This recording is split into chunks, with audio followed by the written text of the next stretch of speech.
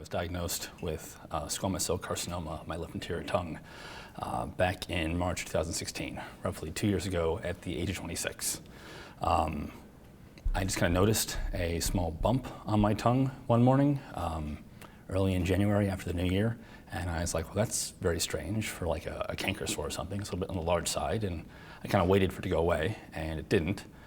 Then by, I guess, late January, near the end of the month, I went to see my doctor, who referred me to an ENT. The ENT spoke with me and said, that's very strange. And asked to do some tests, took a swab of it, said this might be some sort of like infection. So he gave me, I think, amoxicillin and another cream to put on it that would help take care of any infection. That didn't prove to make it go away. So then he said, well, maybe it's an abrasion, right? And he gave me some wax to put in my teeth to cover that area to prevent abrasions of the tongue. After another 2 weeks, that didn't go away. And he's like, well, there's no way this could be cancer because you're 26, you're a non-smoker, you barely drink, and you even had Gardasil. But let's do a biopsy anyway to find out what it is. So we did that, and a week later, I got the phone call on my way into work, where he asked me if I was coming in the office today to speak with him about the prognosis, the diagnosis, and I said, no, I was waiting for your phone call. He's like, well, how are you doing? I'm like, well, you tell me, right?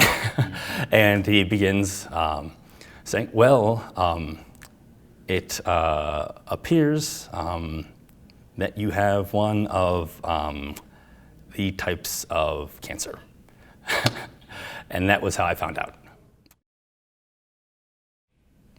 I remember just getting increasingly worried over time, right? You'd hope to be something small that the doctor could see and then immediately go, oh, that's just, it just is an abrasion, put some wax in it, it'll go away, right? And as time passed and each progressive treatment didn't take care of the issue, and it became more and more clear that this might actually be a tumor, just the worry and the fear kind of built up. Until you find it actually is, and then there's no more fear about the what ifs, fear about what is. Prior to the diagnosis, I'd kept it mostly to myself. I informed my boss, before the biopsy that I'd be out for a day or two, just because they snipped away, part of the tongue. It made it a little bit painful to speak for the next day. I didn't want to actually come into the office, right? And then other people would know, they'd notice. I also remember I was on a phone call with my brother, I guess the week before the biopsy, just talking about whatever in general, like how you doing, oh, I said a PR on the deadlift in the gym this week, or like, oh, I went on a date, whatever. I forget what we even talked about. But at the end, I was just like, by the way, just random thing. I actually saw a bump in my tongue about a month and a half ago, and it hasn't gone away. So I'm gonna have a biopsy later on this week.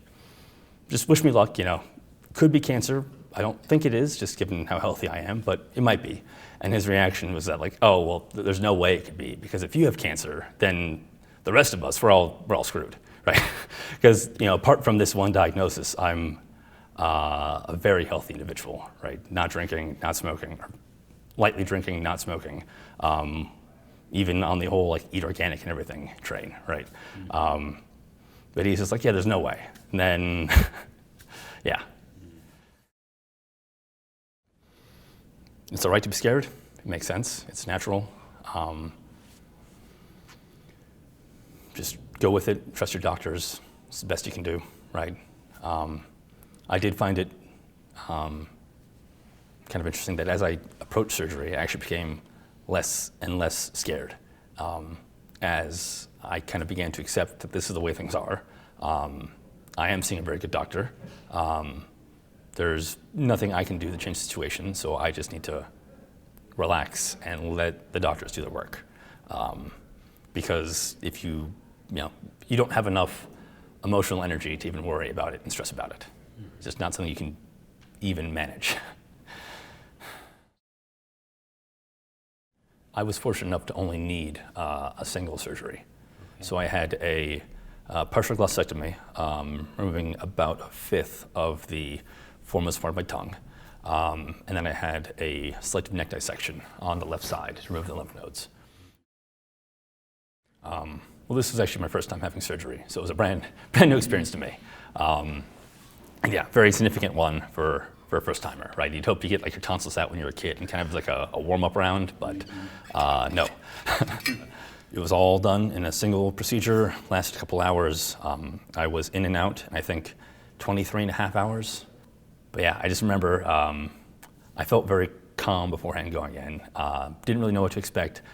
My parents were with me, which was a great relief, great help. I'd even like brought a book with me, thinking like, well, maybe if I feel all right afterwards and I'm sitting there laying, maybe I'll be able to put some coherent thoughts together and do something a little bit productive. Yeah, little did I know that was not going to happen, no. I remember before surgery, they began with some of the anesthesia. I forget what it was, shortly before rolling me out. I remember passing through the hallways on the gurney and then coming into the surgery room, not really being able to see much apart from what's directly in front of me. And they brought me over to the table. I remember there was like a pink pillow on the table, some round pillow, and they said, all right, now get yourself up on the table. And I was already very woozy by this point. And I was like, I know I'm a bigger guy, but like there's 4 of you here, like, can you help me out, like just thinking. And then it's like, okay, put your head in the pillow and now we're gonna begin. But as soon as it said we're gonna begin and put the mask over my face, I was just out. I was out, and then I woke up a couple hours later, just everything ringing, a lot of pain. I don't think I even got out of the bed until the next morning. I woke up in the waiting room, and they brought me up to the room for the night. I guess they had shifted me from the gurney to an actual bed, but I don't really remember that part even. And it wasn't until sometime, maybe 7 o'clock in the morning, where I actually got up to use the restroom for the first time. I remember the struggle, like actually getting up and getting over to the restroom and being like, I'll handle it myself, like let me give this a shot, and then how difficult that was. Yeah, did not expect that. It was variable as they changed the drugs I was receiving in the IV. So initially, I was in quite a bit of pain. I let them know that it was, yes, maybe an 8 or 9 on your general out of 10 scale, right? I think the pain had actually gotten worse by the time I left, just because of the reduction in the drug load. Yeah, I had the JP drain, right. So for the neck dissection portion, they put a JP drain with the tube coming up to here. And then I wore that around my neck for the next, 5 or 6 days. It was my bling, right? Getting to empty it, I guess, twice a day or so, measuring the fluid that came out. And after a few days, the fluid was clear enough and the volume had reduced enough that I was able to get it out. So I remember getting in the car with my mom, driving back up to Hopkins in Baltimore, and meeting with the nurse on hand, who's going to actually be removing it. So it wasn't a major thing. It's just one tug and it's done. Right. It was that was a mild, a brief and unexpected sensation as I came out, and I was amazed they even fit such a large valve in such a small hole. Yeah. By, I guess, maybe the 2-week mark, the pain had gone down significantly. So that was fine within several days. But just the energy levels and the ability to be awake, for more than 12 hours a day, right. Just that took several weeks to recover. And it was just quite a lot of damage, both with glossectomy, reducing your ability to eat and actually get the nutrients you need to recover, then also just the size of the incision, right, with the neck dissection. Just took a while. You will get better. It just takes time. Be patient. I remember being kind of upset after surgery, and you go in, you're like, this will cure me, and then when you come out, I felt so much worse than when I went in, right? Because the tumor, it doesn't actually do anything to you, just as a little lump on your tongue. It doesn't have any impact until it's metastasized and gone, and it's bringing down every critical system in your body, right? But I just remember beforehand, I felt actually fine, and then after it was just couldn't do anything for weeks on end. but that did improve slowly. Oh yeah, I dropped about, 10 or 12 pounds in the first week.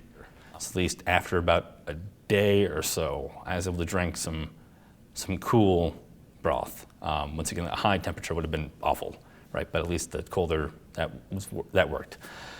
By maybe day 4, I was in a diet of applesauce and broth. And then by day 7, I was on a diet of applesauce, broth, and milkshakes. Yeah. It was maybe after about 2 or 3 weeks that I could have some softer foods, lots of baked beans, salmon, very, very tender cooked chicken. Yeah. No difficulty with taste, but my tongue was very numb for the first few weeks. And even today, it does feel strange. Like every time I speak, I can still tell that there is a very clear imbalance between the left and the right side. Where I routinely bite my tongue, kind of have a little bit less knowledge for where it is in my mouth. And it's surprising too that I bite it so often because there's less of it there to bite, right? But yeah.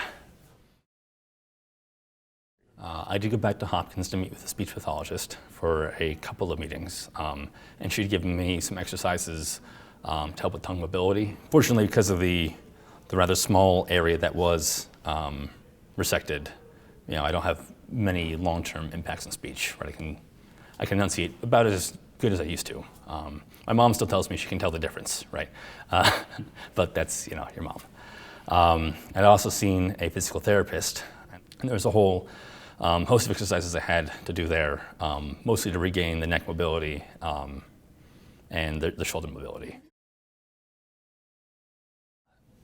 I'm not sure you ever feel perfectly normal again. It's one of those things where it's like this is a rather large and unexpected change. And then it changes your outlook from there on, right? Just the things you value and what you care about and what you, particularly what you no longer tolerate, and the kinds of nonsense you won't waste your time on once you've come so close to losing everything. Yeah. So kind of psychologically, emotionally, personally, I'm not sure that you ever get back to what was normal, but pretty soon you kind of feel like this is who I am now, and you become okay with that. Physically, it was a few months. I still had plenty of rehab to do after surgery. Absolutely critical. Yeah, I would not have been able to do anything for myself the first 2 weeks after surgery. I had my parents with me, one of them at every point in time, immediately post-op. I'm lucky enough to live still nearby where I grew up, so, and to have parents, who do care and who would be there for me. Yeah. Worrying, very worrying, yeah. Every time, like this kind of an all or nothing, make it or break it event, right? This could be the time where I find out that, oh, I actually do have cancer again, right? They take your weight and your blood pressure and your temperature every time you come in to the hospital, right? And my blood pressure is routinely like 30 points higher every time before an oncology appointment than it is whenever I see a regular doctor. Yeah. Yeah, but luckily that it didn't come back. It's been 2 years now. The last checkup, the 2-year one, with that being a benchmark, was particularly nerve-wracking. But I do feel like from now on, it'll be just more actually routine, right? More like this is just a part of my biannual or annual maintenance. It's really not likely to amount to anything. I just do this to make sure I stay healthy. Whereas before, this is, it was more to make sure that I am healthy, that I don't actually, I don't currently have cancer in me still, that it didn't come back, it didn't relapse. There's really no good time to get a diagnosis like this, right? But this is probably the best possible time you could ever get one. Right. Thinking about the treatments available now, as opposed to even decades ago, that there are treatments, right? Thousands of years ago, nothing. Hundreds of years ago, nothing. Even decades ago, there weren't really any viable treatments that had a high success rate with minimal or low complications. Whereas now, there are good odds. Definitely stick with whatever your doctors recommend, whether they're physical therapy doctors or your medical practitioners. Be sure you just follow all their advice to help your recovery go smoother.